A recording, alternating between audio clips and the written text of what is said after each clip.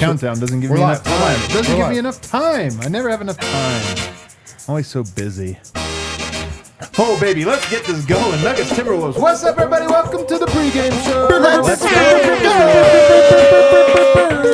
Oh, my gosh. Presented by Bet365.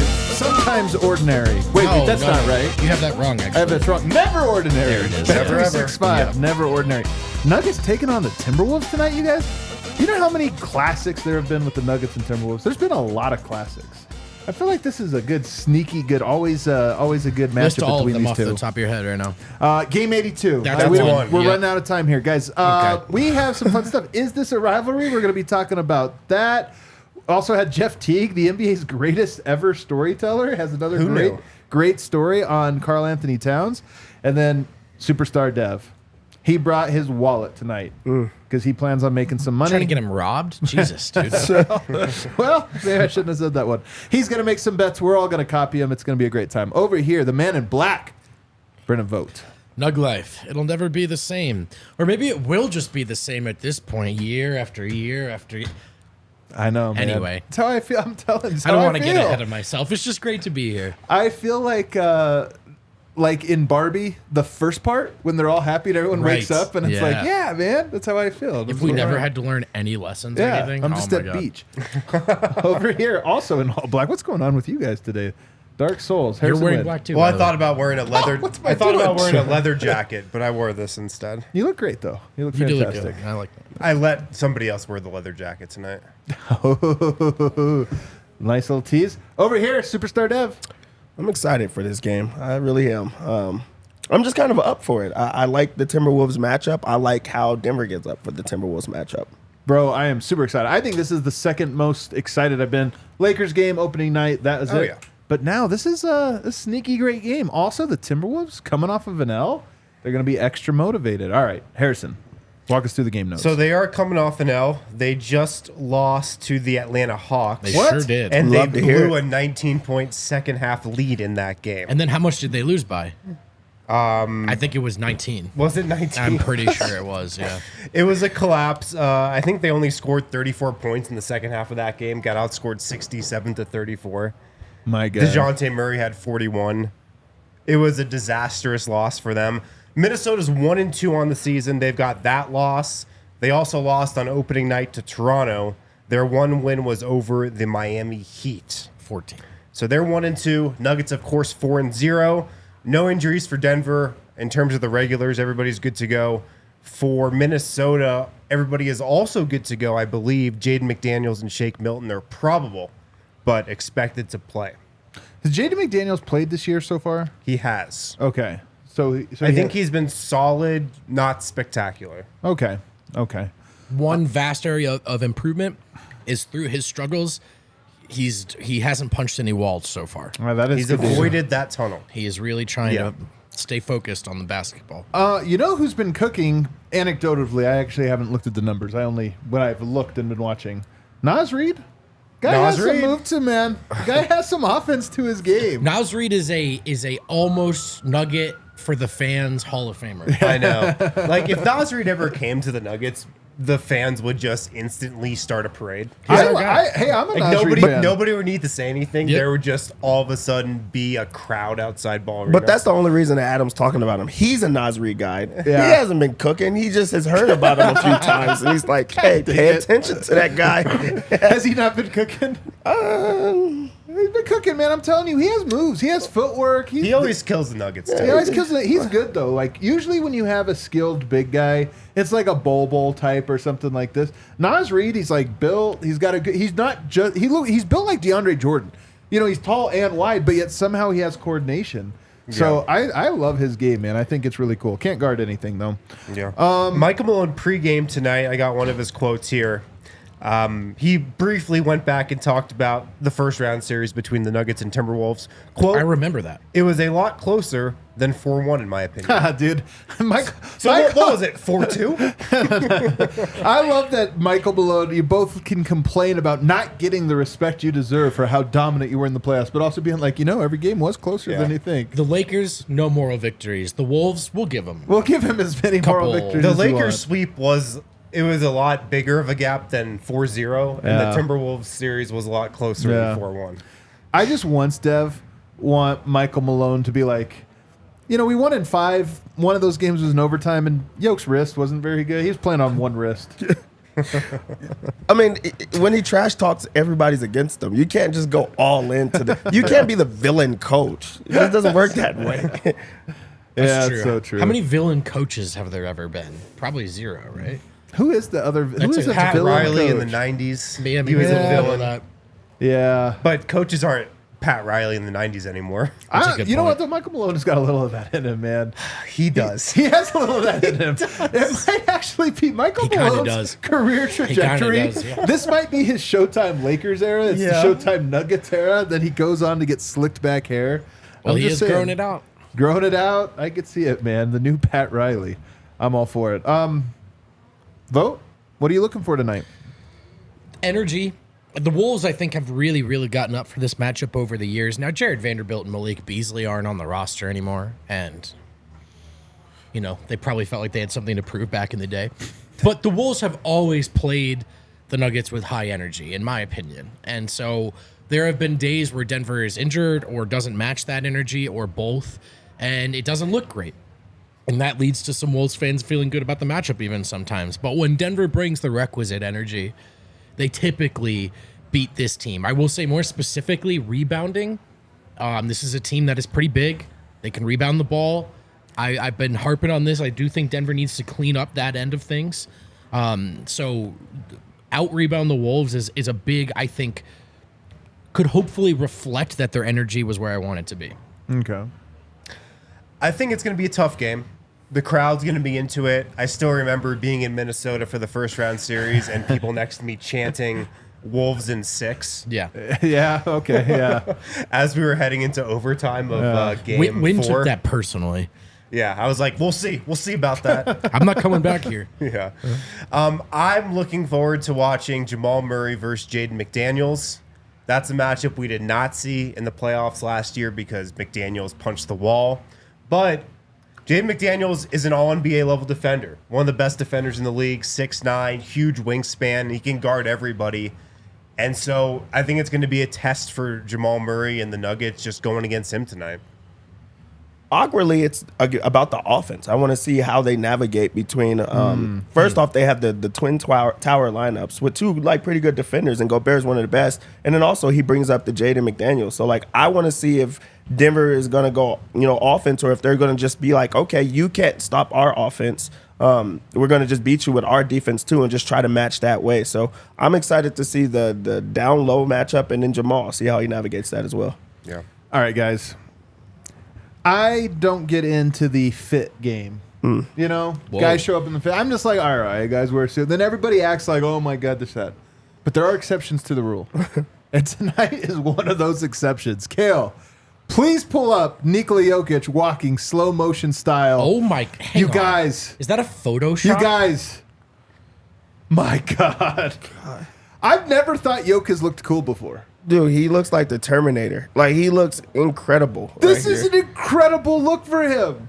Has he ever looked badass before? I mean, part of what we love is he is a badass, but he doesn't look like it. For the first time ever, he looks like a Serbian gangster. Bro! Personally, I think he should be allowed to smoke 1 cigarette in this just gotta have a cigarette. At halftime. Gotta have just it, one. dude. I'm not even kidding. I am so freaking hyped off of this. This is unbelievable. We've Yeah, come a this I long is think way. about crazy, wearing all man. black. Look at it, my God. He does. I mean, if I was still predicting Nikola Jokic's line based on what Yeah. he wore pregame, If you That were. was stolen. That was stolen. Yeah, from me. yeah, I'm not You had doing it to- anymore. You had to give it away. It's not my thing anymore. Jacked up. But if you were, though, but if you were. If I were, I would be predicting like a 30-20-10 game. The regular season, pushes himself so hard for no reason. There's no reason. I kind of think Yoke's in a little bit of his this guy era. Look, and Rudy man, Gobert is a this guy candidate. Me and Adam had some conversations over the summer with somebody who was telling us that Nikola Jokic doesn't think much of Rudy Gobert anymore. I don't know if we should go that far. I don't know if he goes that far. It just was something of the idea of like, hey, man, is this a tough matchup? And it's like, look, man, he's a really good defender. I respect him. Respect him. He's a really good defender. I actually But do think Rudy did a great job in the playoffs. Honestly, I do. It's not enough, but also his back was hurt. So, if Rudy decides to bring a lot of energy, he can. I don't know. He can draw a lot out of Vogt tonight. Oh, big Rudy Gobert guy. Brother. Brother. I like how Def cut down the argument in one word. I'm trying to be That should objective. have been the headline for the show. just Brother, trying I have blank. Yeah. Fill in the blank. I'm telling you, this matchup always I'm telling you, it brings something out. I just love it. Last year, I felt like we didn't get it, ever. Do you remember last year? 3 of the 4 were on a second night of a back-to-back. Oh, yeah. Half the time, guys were out for both. Yeah. And then Denver won by like 50 when nobody of their guys played. I just feel like we never get an honest representation. But by all accounts, tonight, we will get it. And it has me thinking, like, I hate the Lakers. That's my number 1. I hate the Suns. That's my number 2. Is the Timberwolves my number 3? Is this the number 3 Do you rivalry? hate the Timberwolves though? Because I have a sense of respect for the Timberwolves. I do too. I do too. So you're right that it isn't quite the hatred, but it is something where it's like I like this matchup and I never want to lose it. You know what I mean? Yeah. Yeah. It's a sense of pride. It's almost as if, we're up here. You guys, you still have a little ways to go. We got to keep them in their place a little bit. I mean, Minnesota's a team that comes in through the side door, so you really can't you can't look at them the exact same. So it's like the little brother syndrome right now. Yeah, they're the startup. We're the established brand. Yeah. But then you have the Karl Anthony Towns versus Jokic portion of this matchup, that I think brings a little spice. The Gobert part. Here's what it is about this matchup. Tim Conley's there. He obviously knows the Nuggets as well as just about anyone. Chris Finch is there. He knows the Nuggets better than most coaches. Rudy Gobert, dear Lord, has played against Jokic. I'll bet Jokic has gone against Rudy Gobert more than any other player in the NBA. Poor fella. I'm telling you. He's like, man, I got to get out of this division. Karl Anthony Towns and Jokic have gone at each other for forever. I just feel like this is the most familiar team. Maybe that's what it is. It's familiarity. I feel like the Timberwolves are the most familiar team to the Nuggets. Sure, and I think the Wolves, part of it is what I said earlier, in my opinion, is how badly they always want to win this game. And it's a little bit of a, sometimes in sports it's not a rivalry, but you just know that they've circled it. Yeah. Right? And maybe you didn't circle this game, but they want it so bad, and that draws something out of you. Oh, hold up, Dev. Is Jokic wearing this leather jacket if they're playing like the Magic? No, I really do think that there's something to him versus Minnesota. Like, Yep. He goes at Gobert, he goes at Karl Anthony Towns harder than he does a lot of other players. Like, I really do think that it's like the Lakers series, and then it's this one. That's a big one for him, and then the Clippers. There's something to this one for him, and it really gets him motivated and going. And I don't think that it'll stop. I really wonder if he would just be honest, like, hey, I don't like Minnesota. And he never would. I don't think he ever would. But if he comes out tonight and is like has the eye of the Joker from the start, I think we can all assume. Yeah, I think so. I do. I just think there's just a little bit extra on it. Rivalries. Here's the other part of it. I think the Nuggets are in the Clippers' head. I think the Nuggets are in the Lakers' head. I might even feel that the Nuggets are a little bit in the Phoenix Suns' head. I mean, they beat them down. Devin Phoenix Booker, Suns might be in their own heads. They might too. be in their own head. But I think, what Devin Booker took to the Twitter sticks and said, unbothered, it made me think he was bothered. What this shirt that says I'm unbothered has me asking a lot of questions. Yeah, exactly. A lot of Forgot questions. about that. So I have a feeling that Denver's in their heads. Is Denver in Minnesota's head, though? Minnesota's on the come up. They lost last year. I don't know. They should be, but I feel like Minnesota they're too young and naive to have the Nuggets be in their heads. I think Anthony Edwards has a mindset of, oh, I'm the best player on the floor every time I walk out there. Right. I can beat these guys. I think that's what he's thinking. Karl Towns may be a similar thing. They're wrong, but I think those guys, they're like too inexperienced, too young, too green to really let the Nuggets get in their heads like that. You know what? Dev, I'm answering this own question now because I just thought back. Last year, Kyle Anderson gets really bothered by Christian Brown, gets up in his face. And so then you would say, oh, you know what? there is something here. But then later in the game, he apologized. Do you remember that? You don't apologize to like your rival. You know what I mean? Even if you're in the wrong, you're like, you know what? Whatever. Yeah, but I think that there's like enough hope if you go off of last year for them to truly feel like they still have a chance. Like they don't feel like they were at full strength, and they played Denver tough, and Denver won the championship. Also, they have Karl Anthony Towns, who has been around long enough to like, hey, we eliminated them from the playoffs before. Right. I remember when they thought that I was better than Jokic. He's like, I'm good enough to be like that. So I think that there's still that like small glimmer of hope, even though it's completely false. I mean, even though it's completely untrue. So I think that they're going to try to play them. But Denver on the other side is like, y'all aren't as good as us. You are not better than us. We're not losing to you. So there is something that's there. And as much as they haven't came out and said it, but that in their minds is a rivalry. I think even before the Nuggets won a title, this matchup was a measuring stick matchup for the Wolves, right? The Wolves, I think typically since Game 82, that's kind of like the point where things changed. The Nuggets, I think, have kind of been a step or two or now several ahead of the Wolves.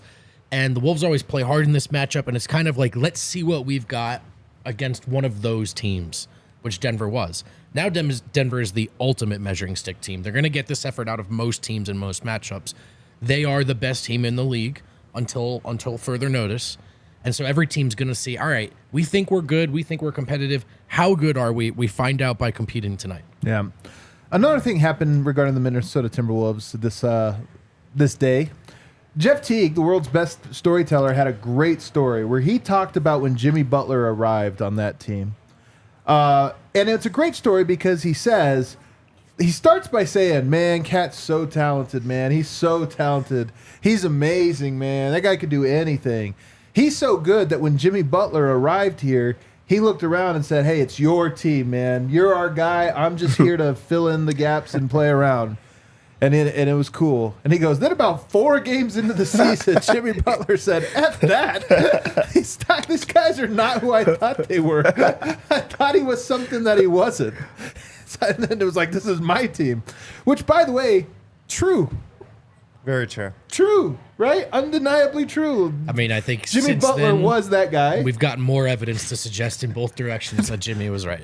So, but first of all, man, this is why Jeff Teague is the best, is nobody tells these stories. Yeah. I love the idea of somebody coming in and being like, can you imagine Paul Millsap when he was like, no, man, it's your team. I'm here to fit in. And then a week later being like, screw that. Get out of here. My team. The funniest part about Jeff Teague's stories is he's been on both sides of it, because he was on the other side of the Jimmy Butler versus the starters. He's talking about how Karl Anthony Towns was so talented that everybody believed this is your team. But then he also seen everything go like spiral since then. And he's still not calling out Karl Anthony Towns or Jimmy Butler, but he's also not saying something that Jimmy Butler hasn't been very open about. He went on he stopped practice to go and talk about how bad he truly thought that they were. So I think it's great that he is showing you things that no one else could talk about. But that's the whole thing about Karl Anthony Towns. Karl Anthony Towns is uber athletic. He's so good, so talented, but there's so many people that don't like him. If you ask people, is he a top 7 big? Everybody's gonna say no, but he might be. Yeah. And there's gonna be people that you could argue both ways, honestly. Right. Yeah. It's funny, man. I remember back in the day, before the championship, before I barely remember the playoff runs, when we were thinking who would be the best star to put next to a Nikola Jokic and even a Jamal Murray, who would be the best third banana guy, and Jimmy Butler was a guy that was brought up. I think it's a good name. Yeah, good name, fits the position. I still agree. On the trading block. Back then, though, I almost wonder if Butler would have had a similar reaction to joining up with Karl Anthony Towns if he would have joined up with the Nuggets I Nikola honestly Jokic don't way think back so. in the day. I honestly don't think so. I think Jokic has grown a lot, matured a lot. But I'm talking 2017. I know. Jokic's grown up a lot and this or that. But I think he was always real. And I think that's the thing that Jimmy, more than anything else, is are you real? And I think tough too. And Jokic was always tough. He wasn't always disciplined. He wasn't always mature. He wasn't always as hardworking as he is now. Like those things there. But I think he would know. Yoke is tough, and he is who he is. He's not trying to be something he's not. And I think those are and also like he's really good. That part helps as well. Yeah. That's why. So I think it was a little early. Who knows how it would have worked out? But I've always thought I think Yoke could handle Jimmy Butler even back then. Yeah. It would have been interesting. This is with Minnesota, and we haven't talked about it. Anthony Edwards, like, who gets that matchup, and how do you think they play him? Because he played so well in the playoffs, and he was scoring and doing everything that he wanted. But did Denver push them to that? Like, did they want him to score? And do you think they do that again today? Who do you want to see guarding him? Who guarded him in the playoffs? Like, do you want to go opposite of that, or do you want to slow that down? Because he got whatever it is he wanted to, and that's why they had opportunities or chances. Do they switch off and try to get Aaron Gordon to guard him, or can they not because they have the Twin Tower lineup? Like, what that plays into why they played him how they did in the playoffs. Right? Because you want Aaron on Cat. But I do think in theory, Aaron's a decent matchup, or at least the build makes a little more sense than KCP. But also right now, KCP is on an absolute heater. And so while physically I do think he's overpowered in this matchup, he wants to be first team all defense. All right, go take Anthony Edwards. What do you got tonight? Because he did a great job on SGA, great job on Jordan Clarkson. Let's see what he's got on Anthony Edwards. I want to see all the guys, man. Honestly, I want to see a lot of different guys get a chance at it. I want to see Peyton Watson. I want to see Christian Brown. I want to see Denver's players. I just want to see, can they make an impact like they did against the guys you're talking about. I will say this though. We go 1-0 to start the year. Nice. That's cool. It's nice. You go 2 in a row. It's like it's pretty good. It's a good start. It's fun. 3-0, you're starting to go like, all right, okay, man, we're rolling. 4-0, we got a streak. 5-0 feels even more. It just keeps going up. If you can get to a 5-0 start, I mean, there's only 3 undefeated teams left. You get to a 5-0 start, and it's like, hey, man, we're starting the year +5. That's big. It's kind of big, man. And then you come home for 2 games on the weekend. 2 home games with a weekend crowd, which you haven't had yet. I'm just saying, man, this game feels like really can propel the Nuggets. You can really just roll into the play-in turn or the in-season tournament with a lot of momentum here. Oh, yeah, that is Friday. Is that Friday? Friday is the first in-season group play game. Well, maybe they rest tonight because it's just a regular season game, not an in-season tournament. Hope, it's like some point this. I hope they rest Friday. I hope Jamal stands up at some point in the locker room and he's like, man, let's not give them the regular season championship either, man. F that. Man. We're hanging another banner. We're going to win all of the championship. I need the Nuggets just to win everything. That's why I was so pissed when they did not win Summer League. That's why I like that KCP quote to Harrison Wind. Our mindset is we just want to dominate. Yeah. All right, let's turn our attention now to Superstar Dev, who's going to make us all rich on the Bet365 app. I don't know if you guys knew, but last game we made some money. We're going to make more money. Let's go. It's time to make more money. Denver comes into this game as 2.5 point favorites. It started at 2. I got it at -2 earlier. Mine says 3. 3 now. I like Denver in this game, and they just got beat to sleep by the Hawks. Nope, 2. What am I again? Hawks are beating everybody, but they shouldn't have won that game. And a big part of it was DeJounte Murray had 41 points in that game. My goodness gracious. They're not stopping anything over there. So I'm not afraid of anything they have to throw at you. You could combine this. So I'm going to take the -2. You could combine this with Avs to win tonight as well. It's plus Bet365 plus special. 175. Yep, it's a special that they have on there. Awesome. So you might as well get in there and the give Denver that. parlay? Yep, the Denver parlay is in there. It's already set up for you, so you don't have to go and find it or anything like that. Right. The ball arena bet. There's an over I under would of 222. And this one for me is an over bet. Over. I think that when you have 2 teams with history, they like to play and get out of character. I just think that they're just going to kind of try to go wild at each other. Yeah. There is something there. Even if it's not a rivalry, there's something to it. So I think that both teams are going to get up. There's some familiarity. I bet that has failed to lose this year and won't again is the Nuggets to win the opening quarter. Man, you love that first quarter bet. They are good in the first quarter, It's only 0.5 today. And again, it's you're 4-0 on right the road, now. you know? It's 4-0. Dev It's going to doesn't move to care. 5-0. Dev doesn't care, bro. So we're going to get that one. Okay. On the Minnesota side of things, it's very easy to know what you're going to bet on that side. What do you think it is? Is it Anthony Edwards? Anthony Edwards. Let's go. He's going to shoot every damn Does this time. count as He winning a doesn't bet? care if he's having a good night or a bad night. He's shooting that ball. 24.5 points is his bet. That's super easy. I'm going to get the over on that. Okay. KCP's been well. He's going to shoot, even if he's bad. Like, SGA kind of slowed down on shooting. He won't. Yeah, I'm making all those bets right now. I'll take the under on Gobert points. 13.5. Really?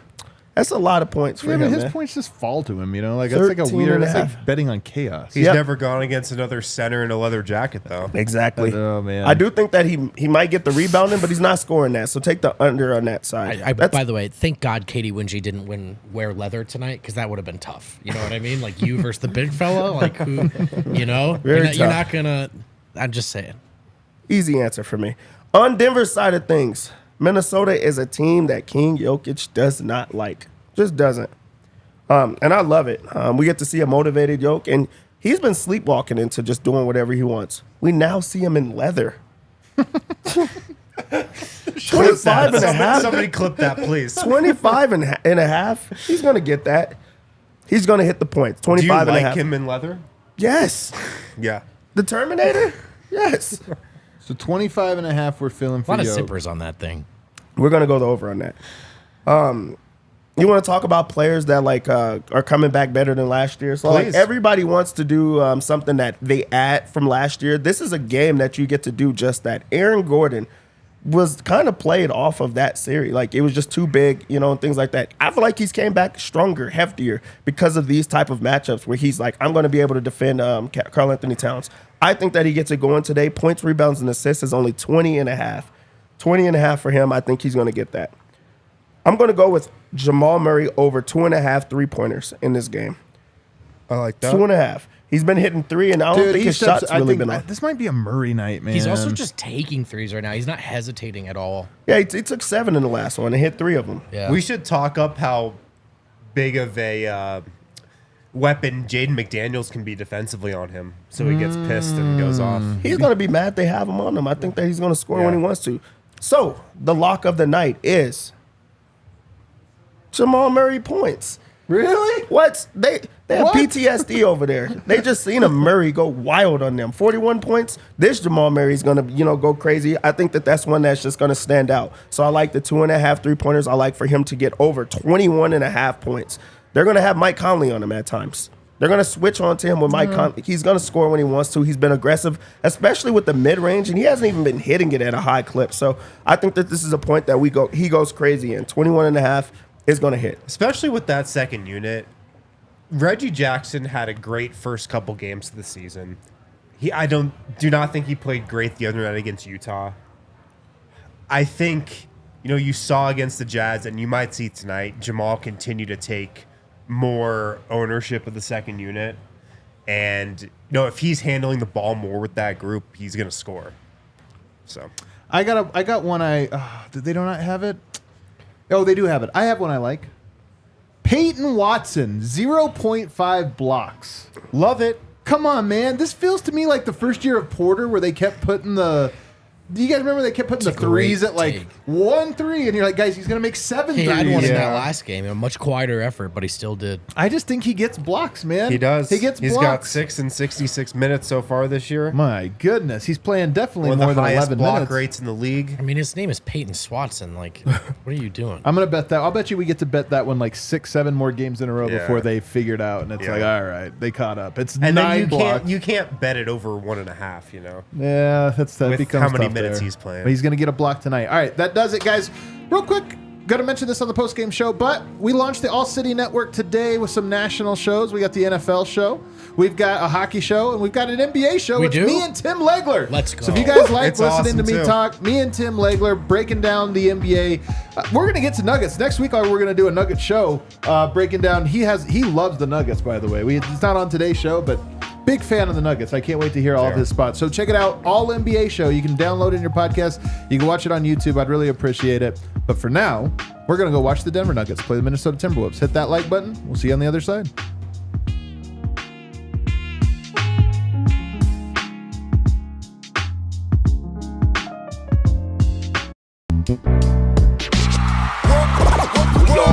like the mayor.